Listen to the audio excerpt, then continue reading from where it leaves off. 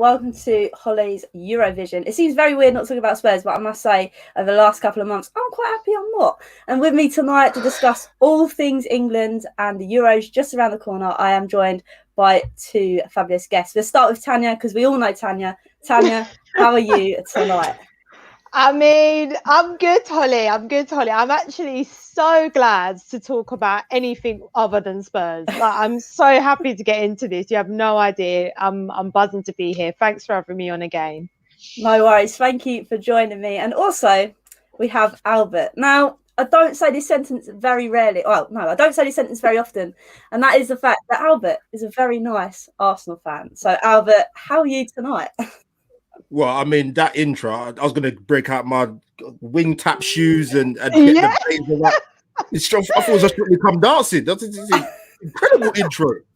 But you know what, Hollie, big up your channel, man. Like, I keep an eye on it, even though we support opposite sides in North London. It's painful, but I love you and your channel, so it's all good. And I appreciate the invite.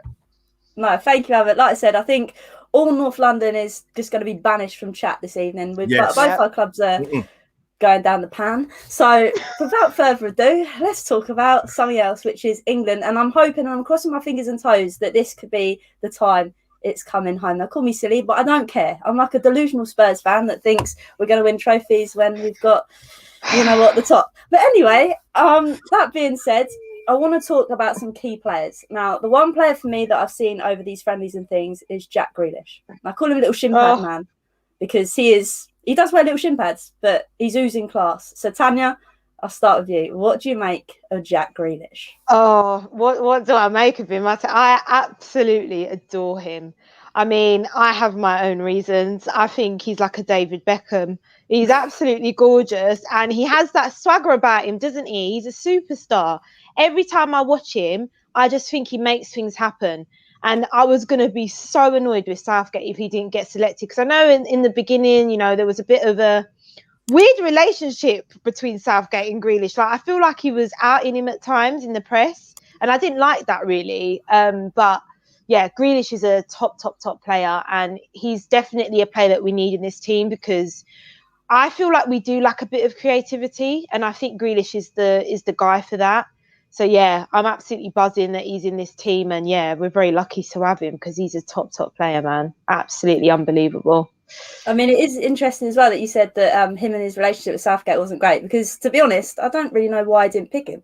It was really strange. So, Albert, I'll come to you. What are your kind of expectations for Grealish? Do you think he'll be that creative midfielder that we really need in this England side? Absolutely, man. You answered your own question. But yeah, with the Southgate thing quickly, I don't know. I think with Maddison and Grealish in particular, I don't know why, whether he had a bee in his bonnet or he just wasn't convinced. I wasn't surprised that Maddison didn't even make the preliminary squad. So that tells you everything you need to know. Grealish, it got to a point where even though he didn't pick him for the squad or he wasn't playing him in certain friendlies, it got to a stage where you had to put him in the team. People can talk about formations and systems as much as you want. He's good enough to play in any system. But this is Gareth Southgate we're talking about. And he can throw in a curveball. So I'm not going to give too much away, but in terms of sort of lineups for Sunday, it's going to be difficult to fit, the likes of Mount, Grealish and Foden, because Southgate has mad faith in Sterling and Rashford. Personally, I wouldn't start Sterling at all, but I know that he will. So it'd be interesting. But I love Cactus Jack, man. I would walk to Birmingham to bring him to Arsenal, and you could have got him. Please, can we not go through that? Please, can we not go through it? Please. No, we're going to talk about it. Let me pick up the mic. No. We can't talk about it. Wait, I'm going. If we talk about it, it's too much, man. I mean, look, so much pain. So much pain. I didn't said in it. I bypassed that comment, Alan, because it just pains me to read it. But woulda, coulda, shoulda. And we didn't. Yeah. The joys. But that being said, I mean, the one thing I think about Grealish's game is he always manages to win a foul. I don't know whether that is because he's got little shin pads or what is it. But the one thing that really confused me was the fact that James Ward-Prowse was left out of the side, even though Grealish would manage to win his fouls all the time. So, Tanya, that being said, do you think maybe leaving Ward-Prowse at home, although he's a Saints player, was a wrong decision by Southgate? No, absolutely. I said it should have been Ward-Prowse or Lingard to be picked when Trent obviously got his fatal injury. Wish him a speedy recovery. But yeah, I think it's mad to not include Ward-Prowse. We know he's an absolute threat at set pieces. And I screamed about the whole creativity thing. I do feel like we lack that in this England team. So yeah, I was annoyed, but I'm not surprised because Southgate, he is questionable when it comes to his selections. I mean, we were the only team to have a provisional squad. That just tells you everything, doesn't it? Absolutely no need for it. Don't know why he even played some of the players that he isn't taking to the Euros, the likes of Lingard. He still played Watkins. These are the things that really grate me with Southgate. It really, really winds me up. And that's why I call him Gareth Councilgate. So, yeah, I'm gutted for Ward-Prowse. I am. I think he should have got picked, but it is what it is. It is what it is. 100%. And that, do you want to add anything? Oh no, exactly that from Mike. And that's the thing. I don't know whether it was because there was lots of people saying on Twitter, well, he's only got that to add to his game. But I don't know. Throughout Southampton, I think he's been the only lifeline Southampton had all season. And that's coming rich from me hating Southampton. So with that being said, is there any reason you can see why Gareth Southgate's left him out? Or do you just purely think it's just Gareth Southgate missing a trick in the book? I've got no idea absolutely why he'd ever got picked. He should have been in the squad. You know the thing I like about James Ward-Prowse, right? And I shouldn't really say this, but one thing in major tournaments is a lot of these European nations are very street smart. People will call it cheating, people will call it diving, people will call it gamesmanship, but these guys want to win at all costs, whether people agree or not. James Ward-Prowse he's got a good passing range, great Deadpool set piece, but he's street smart, man. I can't remember what friendly game it was, and it was funny because a lot of people were having a go at him, but I saw why he was doing it. England gave away a penalty, and he basically went over the penalty spot and just started scuffing it up. I thought, you know what? That's the kind of like that. He's got that kind of, devil in him. So yeah, he absolutely should have gone. So I don't understand the reasons why. And Roy Keane summed it up perfectly in terms of when someone mentioned, I think Mike mentioned about Henderson. Big up Mike, by the way. Like, why you like the guy's not played since February, you know? And I know you come up with this. Yeah. As well. Sorry, Albert. I'll cut you off. Sorry. Continue. No, that's all right. No, so yeah, go on. No, go. Man, you know what? I'm gonna put myself on mute. Can you go? No, because I was gonna say about Henderson. I said this to one of my mates that I do the pod with. Big up Mark. I don't know if he's listening, right? And he kind of jumped the gun at me saying, would you say the same for Grealish, who was injured for a bit? And I said, look, that's fair enough, but you do have to take these things into consideration. He's not played for 3 months. And I died when I saw Roy Keane say, what does he do? Play cards or whatever. That killed me. Like, he didn't look great, did he? Let's be honest. I know it's a friendly game and, he is just fresh from injury. You got to still give him a chance. But, yeah, I don't know, man. I think it's a bit risky picking him. But I suppose you can't not because of the character that he is. He's been a captain. He's a presence in the dressing room. But as Roy Keane said, does it really matter? I just don't think I don't know. Yeah. To add for everyone to what Tanya's saying, I think because if it had been a squad of 23, which it normally is, to be honest, I think you could have criticised him even more if it took him if it's 23. But because he's 26, I think that's why he's taken Maguire and Henderson, because England have had a tradition of taking players that are crooks to major tournaments. Beckham 2002, Rooney 2006. Yeah. Right. But yeah, England have a habit of doing that, man. They have a habit of doing that.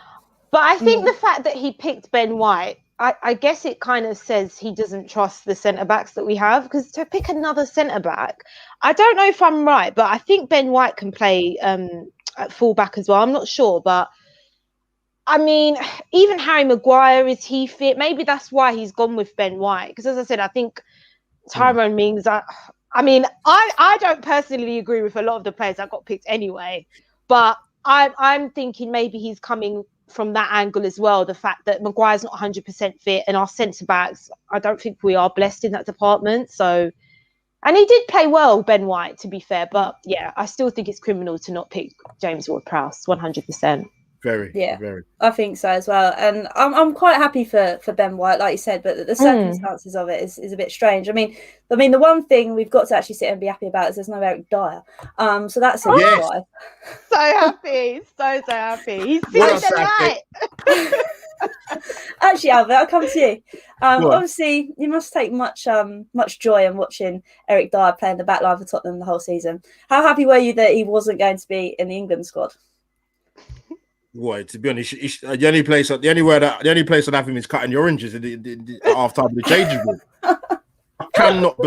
I cannot believe Southgate had this guy in the setup in the first place. Anyway, he's not good enough to be a centre back, and he's not good enough to be a midfield player. So, what is it? Yeah, it's not even because I'm bantering because he's Tottenham. I don't see what Southgate saw in him to keep picking him. Not just in the squad, but in the team. Come on, man! Like, people can criticize the centre backs of England, but Dyer I wouldn't have in the month of Sundays. No chance. Absolutely. I think it's what Rose said back here. Welcome, Rose, as well. Where is it? Yes, Rose in the chat. Go on, Rose. He's picking players on club positions instead of merit, and I think that is maybe a good point to pick out. I mean, obviously Dyer was picked for Tottenham purely on, I think, his position and the fact that he was a player that's been there for a while. So I can kind of see what Rose is. Maybe that's why Henderson's there. Who knows? But no, that was a good point by Rose. But moving slightly away, I want to talk about the new Gascoigne reincarnated, which is Foden. Now that man, I wish he was at Spurs. I suppose Albert as well. You wish he was at Arsenal. That man is a delight. There's a lot of players I wish that was at Arsenal. Yeah. And how long you got? How many players do I want at Spurs? This is a very long list. Oh dear. But that being said, Albert, what are your expectations for Foden? Do you think he'll live up to what everybody's hoping he's going to do at the Euros? I mean, the Gaza thing, I get it. It's a nice thing to talk about, the same haircut and all that. But you know, Foden wasn't alive when Gaza was around. That's a bit too much pressure to be putting on a man's shoulder. But Foden, I'm excited, man. This guy's a good player. He's that good. He can play probably anywhere across the front three, to be honest with you. But it's going to be interesting what Southgate does, because Croatia's, I know they've lost a lot of experienced players just because they've retired or whatever, but like some Mandzukic and Rakitic, but they're a very, very good possession-based side, which a lot of the European nations are. England's biggest problem is we're not very good at keeping the ball. When I was in nappies, they were as good keeping the ball, and they've had some brilliant players, England, but that's a worry. So it'd be interesting to see. I'd be shocked if Grealish and Foden start, but they should start. But I think Southgate will play one or the other. I'm not going to say who, because I'm going to say that for tomorrow and talk about my channel. Hey. I like it, Albert. I like it. So Tanya, that being said as well, obviously with Croatia coming up, it's going to be like history repeating itself. Well, I hope it's not going to be. Oh, God. Do you think this is the time for redemption on Sunday? Oh yeah, absolutely. I think England fans, we should be confident. Because we have an array of talent in this team. Players like Foden, who we've just spoken about. I mean, what a player he is. I think he's going to have a very, very good Euros. He's got the hair done. He's feeling himself. He's going to go out there and he's going to play his socks off. That's what I expect. But yeah, no, I think we'll beat Croatia. I think they're, as Albert's already said, they're a bit of an aging team now. We should get the job done. But I keep saying we should, but Southgate, I hate to mention it, but I just don't know what to expect. I don't know if he's going to go with two defensive midfielders again like he does. I don't know if he'll probably will stick to this back five nonsense that he likes to put out. So we'll see. But I'm not going to lie, guys, watching England play, I don't enjoy it. I'm not going to lie. The friendlies, I know it's friendly games, but I just find it quite boring at times to watch. I think, God, we've got all this talent, and I don't really see it come together on the pitch. We're very bad at keeping the ball, like Albert said. So yeah. I don't know. But I think, we should beat Croatia. And I think Foden, he's definitely going to be the one to look out for this Euros, I reckon. He's going to be the star. 100%. I think Croatia will. I hope we go to beat them. I hope we do, but I think that's probably one of the hardest games we've got in this group because obviously we've got Croatia, Scotland, and Czech Republic, isn't it? So I think this game is probably get the hard one out of the way and hopefully pick up momentum. But obviously, Hollie, don't upset the Scots who say that. Oh yeah. Steady on. We won't clip that for the Twitter. That being said, as well, also I just want to move away slightly, and that is talk about Harry Kane. So Albert, let's start with you. Do you think Harry Kane again is going to walk away with the Golden Boot this summer? Ooh, he's got a good chance, Hollie. I'll give you that. He's still a Tottenham player at the moment, so I won't go in too hard on No, he has got a good chance. I'm looking throughout. I'm trying to think at the top of my head. Obviously, Ronaldo's still there. Lewandowski's still there. The Italians, Benzema as well. Yeah, the Italians have got some good strikers. I don't know if they're really in the mold of like a Inzaghi or a Vieri, those sort of players, or Luca Tourney, but they've got guys that can hurt you. Turkey, who got a good striker in. I think is it Yilmaz? If I've got that wrong, he plays for Lille. Yeah. You know what? I'm not really a betting man, but if I was, I might stretch in my pocket and put a tenner on Kane. You never know. He's got a good chance. The thing is, Tanya alluded to it. Southgate he's got an embarrassment of riches in that England squad. I think he's arguably got the best England squad. Arguably, I've seen probably 96 or Ericsson's 2004 six side maybe. Best England squad I've seen. So he's got an abundance of riches. But yeah, it's Harry Kane. Yeah, I good chance, a very good chance. Good chance. I mean, like Mark says, it depends on how many penalties he got. Now, with Jack Grealish in the side, who knows? I feel like it could be endless. But that being said, Tanya, do you kind of agree with what Albert's saying? Do you think it's going to be a bit tougher this summer with the other teams around him and the other strikers pulling their weight? Or do you think Harry Kane's just going to shine above the rest? Yeah, I think it might be difficult. It's going to be very competitive for that Golden Boot. Because I just mentioned the likes of Benzema as well for France. Back. And you've got Lukaku, you've even got players like Mbappe. Like, it's going to be very, very difficult. But he's got so much talent around him that I think he'll definitely score a lot of goals. We just mentioned Grealish. So, yeah, I think he's got a good chance, 100%. I think he'll definitely get a penalty. I feel like he loves a penalty with England, doesn't he? But I know he keeps getting criticised as well for dropping so deep. Which, don't get me wrong, he does do it for Tottenham, but I think I agree with what some of the pundits are saying. I feel like he doesn't need to drop so deep at times. Like, he needs to know he's not at Tottenham. You're not in a shitty Spurs team, Kane. You've got talented players around you. Like, you be in that box when there's lovely crosses coming in, you're getting lovely assists. You just work on that and don't worry about having to have a team practically on your back. Yeah, but I think he's got a good chance, 100%. I wouldn't be surprised if he gets it, but it's also going to be quite difficult as well. Yeah, it is really interesting you say that he's actually got a team behind him to actually give him some service. I mean, at Tottenham, he's only really had, Sonny doing the business. So it'd be quite refreshing to actually see him have some backup this time in the Euros. But like you said, I don't think it's going to be easy, but with Harry Kane on his A game, I think he's going to be hungry, obviously, to win something. So I think for him, I'm glad you said that. I went for you, Albert. That's why I got in there first. But no, I think it should be quite a tasty game. And with that, I kind of want to sort through your kind of expectations. Now, we've kind of already talked about, obviously, the group stages, but it's going to be that knockout. Now, correct me if I'm wrong, but I feel like the knockout stages, we could come against 3 tough teams. Now, I could be wrong here. I think it's Portugal, Germany or France. Now, Albert, I'll come to you first. Who do you want to kind of avoid? Because I kind of know who I want to avoid. All of them. Literally all of them. Yeah, who was it? What was it? Portugal, France, and who else? Who was the other one? Portugal, France, and Germany. Germany. Yeah. Oh my God, that is awful. I was gonna ask you. So, if England come, say for example, England come second, what would did anyone in the chat know, or do you know what their route would be if they came second or runners up? This is why it's going to be tough. Yeah, that's all right. People in the chat, come on, help us out. Yeah, help us out, people. But I mean, like, who would you take? Because for me, I want to avoid France at all costs. I wouldn't want to play France. I wouldn't want to play Portugal. God, have you seen their squad? Yeah, their squad's mad. That's mad. Pepe still playing.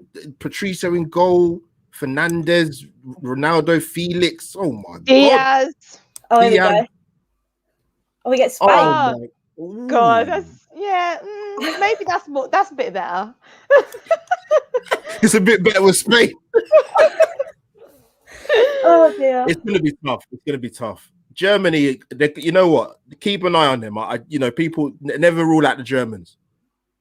Never rule. I don't know though. I kind of feel like in a way, I want us to play the big boys though, because I feel like England. We always get the easy groups. We always get the easy route to like the semi-final or quarters, however far we get to. So you know what? I'm all for it. If I had to pick, you know what? France, mate. Let's play France. Let's have it. Mbappe, let's have it. Come on, let's have it. Tanya, don't say that if Maguire's playing. Let's have it. No, don't say that. Oh my God, I know. You know what? I would pick. It's not a good choice out of the three teams, to be honest. That is my dark horse actually for the tournament, Italy. But I would say Germany. That sounds crazy to say that, but with those three teams in it, with those three teams' possibilities of playing in the quarters, it's not even a good choice, is it? I'm trying to pick your favorite child. I would go Germany out of those three teams. Yeah. I think England would get, but I just think Portugal would suffocate them dry. France would just keep the ball brilliant. I don't know, man. I would say Germany, mate. Germany. I mean, it's a good shout. I think for me, I'm just gonna try and take my mind off the game by not getting not falling in the fish pond from getting drunk from the bar. But that being said, like you said, I think it's going to be a very difficult thing to get through after the group stages, I think. But I think with England, it's not luck of the draw, but it's like you never really know who's going to turn up. You never really can predict Southgate's team. So that being said, I think maybe I'll go on the side of Tanya and just say, let's beat the big boys first. Then at least if we get further in the competition, we don't have disappointment.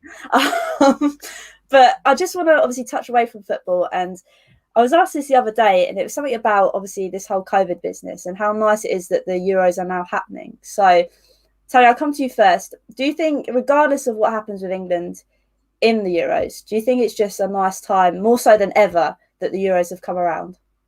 Oh, absolutely. The fact that pubs as well are open now. We can go to pubs, have a drink with our mates and go and watch the football. Places like Box Park. It's what we've needed. I mean, fans haven't been able to even go to a pub and watch a game. And I know that's not the same as being in a stadium, but still that's a big part of football, right? Going out for a drink with your mates, watching the footy. So yeah, it couldn't come at a better time. More so for me because I've had to suffer watching Spurs all season. So I can't wait to have a bit of therapy and watch England. Yeah, pretty much all my life, pretty much. All my Spurs supporting life. So yeah, perfect time. Absolutely perfect time. My mental health has been dramatically affected. So I think this is going to be a right healer for me, the Euros. Absolutely buzzing. No, it's brilliant. And it's good you said that as well, Tanya, because I think for me as well, like being on the same side of North London as you, it has been a lot of pain. But Albert, I don't think it's been too great for you, has it, in terms of Arsenal? But besides the football, do you think now is a great time for the nation to come together? No, it is. Because if we fast forward back to probably the start of COVID or the first sort of 6 months of COVID, no one knew what was going to happen in terms of getting back to watch live sport. Having said that, I'm gutted for the fans who probably did have tickets to go that can't go because obviously the reduced numbers. So I'd be devastated if I had a ticket for England, Scotland. I couldn't go. I don't know. I'll probably cry myself to sleep.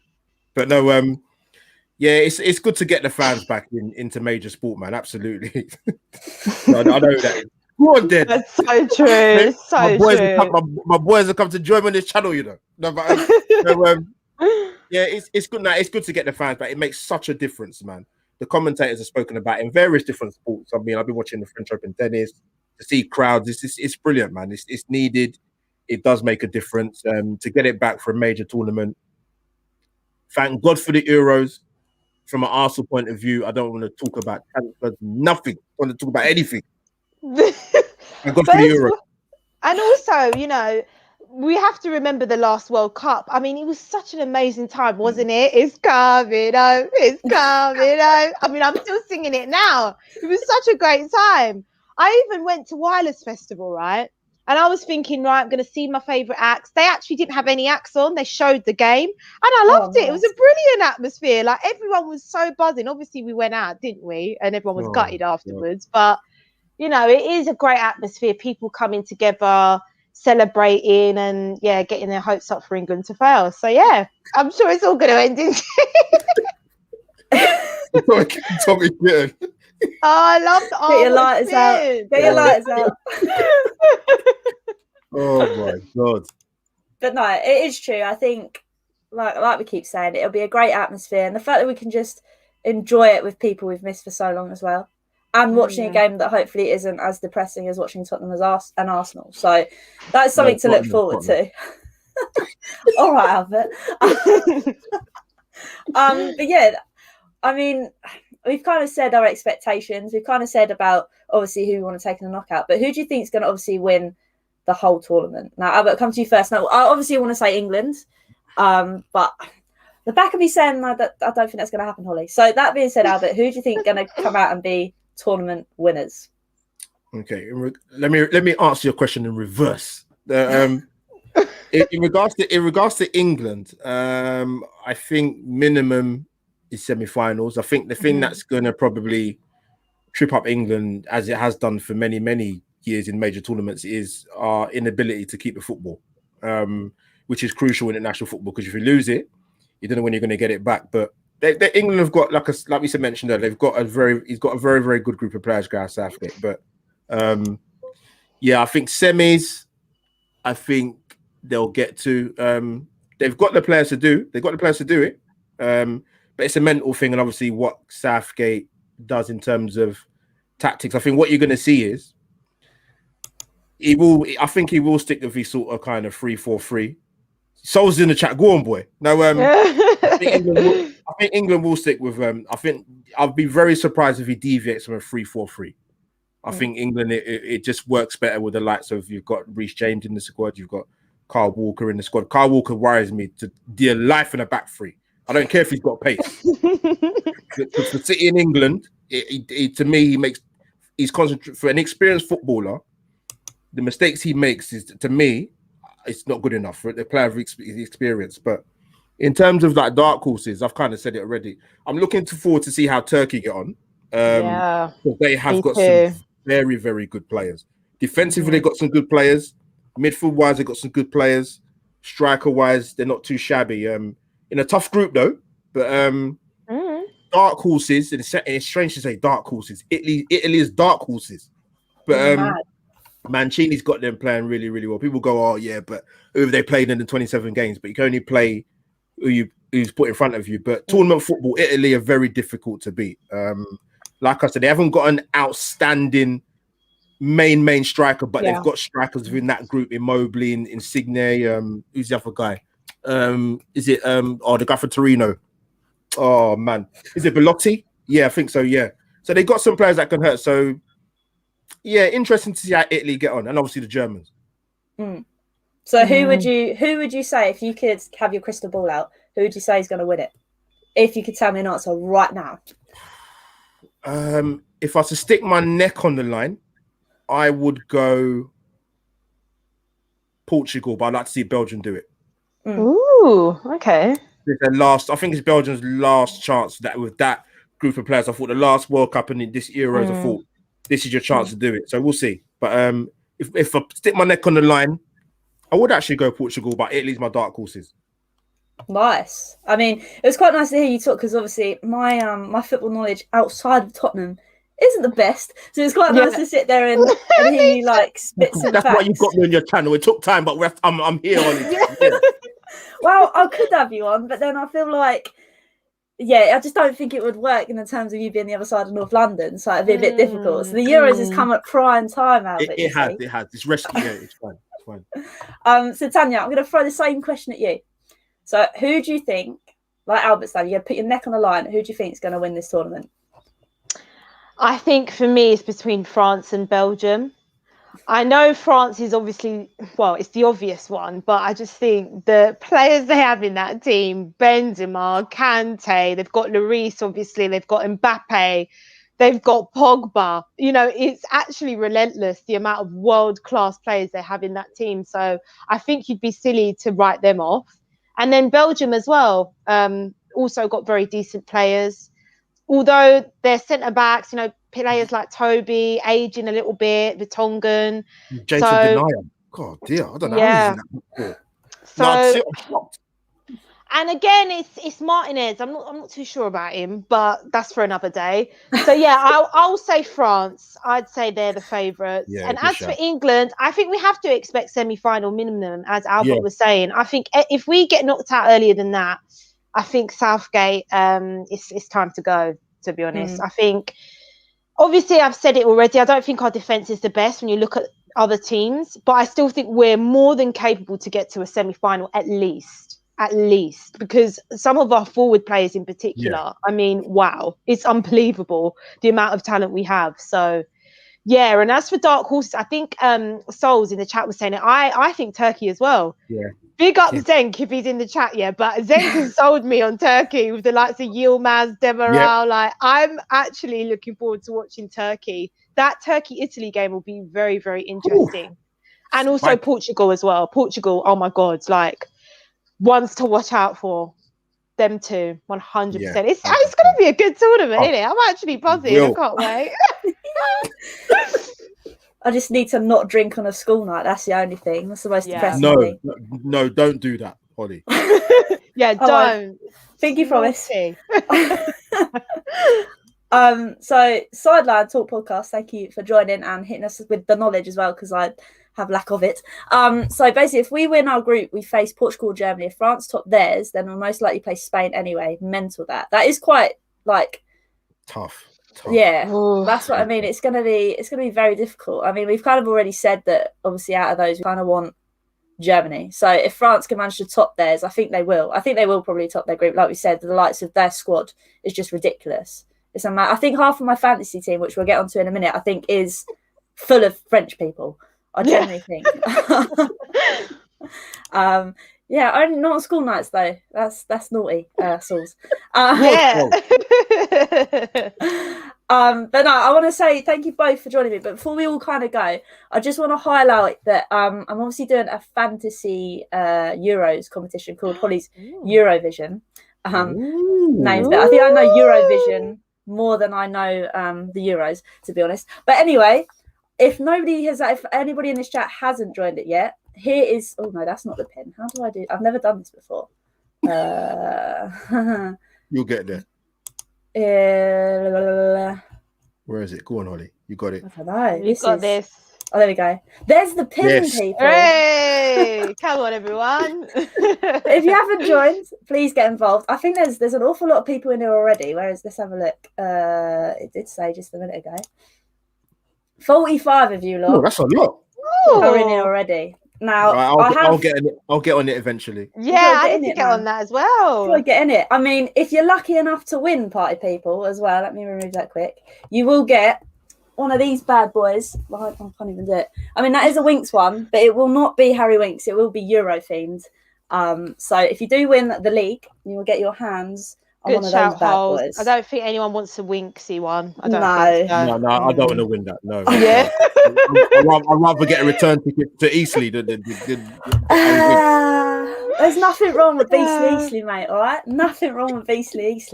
But no, you need to all get involved in it. It'd be a good laugh. And like I say, you get to win a prize. You got to be in it to win it. So oh look, Jez says sweet as a nut. But I want to thank you for joining me tonight, because like I say, my Euro knowledge is not as fabulous as I wish it could be, because obviously I've literally just have Tottenham in my brain 24/7, which isn't a great thing. But I want to thank you both for joining me. So Albert, I'll start with you. Where can everybody find all your lovely Arsenal content and your Euro content that is starting tomorrow? Well, firstly, I must say thank you for the invite. It's a privilege. We have bonded, Hollie. I don't know why, because really we should hate each other. but me and Hollie, we've bonded, and I love Hollie to pieces, even though she's a Tottenham fan.